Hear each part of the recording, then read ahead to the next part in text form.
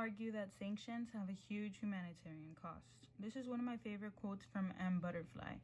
The West has sort of an international rape mentality towards the East. Basically, her mouth says no, but her eyes say yes. The West thinks of itself as masculine, big guns, big industry, big money, so the East is feminine, weak, delicate, poor, but good at art and full of inscrutable wisdom, the feminine mystique. Her mouth says no, but her eyes say yes. The West believes the East deep down wants to be dominated because a woman can't think for herself. I think this quote is applicable in a wider context, not just to the East, as in Asia, but like the Middle East, which I guess is also considered Asia, and Africa and Latin America. The West has a long history of intervening in these countries militarily or even out through economic warfare.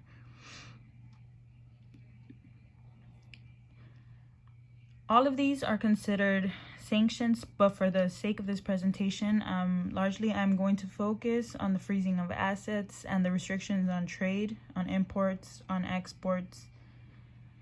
And before I really get more into this presentation, I want to talk about why I care about this issue. As a Latina, I care about this issue not only because it is a humanitarian issue, which we should all care about, but also because it affects people who look like me. So, what is the humanitarian cost? These are currently all the countries under sanctions right now. This is Carolina Subero. She has to resort to trading food, which is already scarce enough as it is in her country because of sanctions, to get medicine for her 5-year-old daughter who is autistic and epileptic. She is only one of 300,000 people who are at risk of not obtaining the medications they need due to the sanctions on medicines in Venezuela.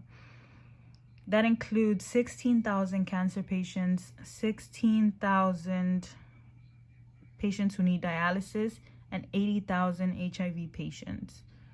The U.S. has also frozen about $5.5 billion worth of assets in international accounts. Not only does the U.S. sanction Venezuela heavily, other countries under the threat of U.S. sanctions as well follow the lead in sanctioning Venezuela in order to stay on the U.S.'s good side.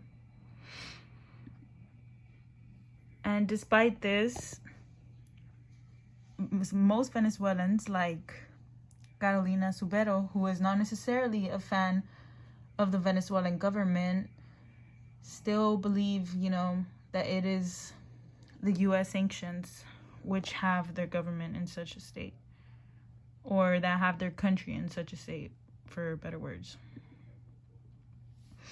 Now, Iran is in a similar situation, except that medicine is not directly sanctioned. The U.S. has a long history of intervening in Iran, whether it be through a coup or even now with sanctions. And the sanctions now have led to the right of Iranians to health to be obfuscated as medications have become increasingly difficult to obtain. Again, it's not a direct result, as in sanctions are not directly sanctioned, but other manufacturers of medicines are afraid to undergo any transactions with Iran due to fear of the U.S. placing sanctions on them as well. And I have this quote from the Human Rights Institution. On several occasions, U.S. officials have indicated that the pain U.S. sanctions are causing for ordinary Iranians is intentional, part of a strategy to compel Iranian citizens to demand their autocratic government to change behavior, a recipe for collective punishment that infringes on Iranian economic rights. Sanctions do not promote diplomacy. In fact, they are economic warfare and a limb of Western imperialism. So what is the solution? I think that a political solution would be to draft a bill to ban sanctions, with the exception of sanctions on weapons or nuclear material, because those have actually been proven to prevent war. I am talking about the other kinds of sanctions.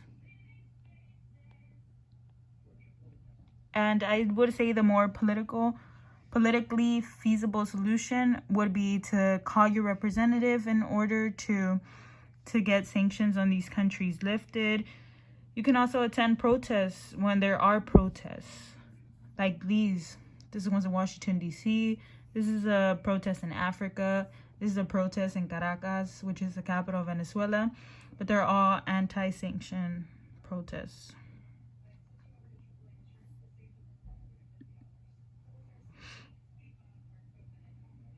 And just to finish my presentation off, I want you to imagine the roles were reversed, that the West was the East and the East was the West.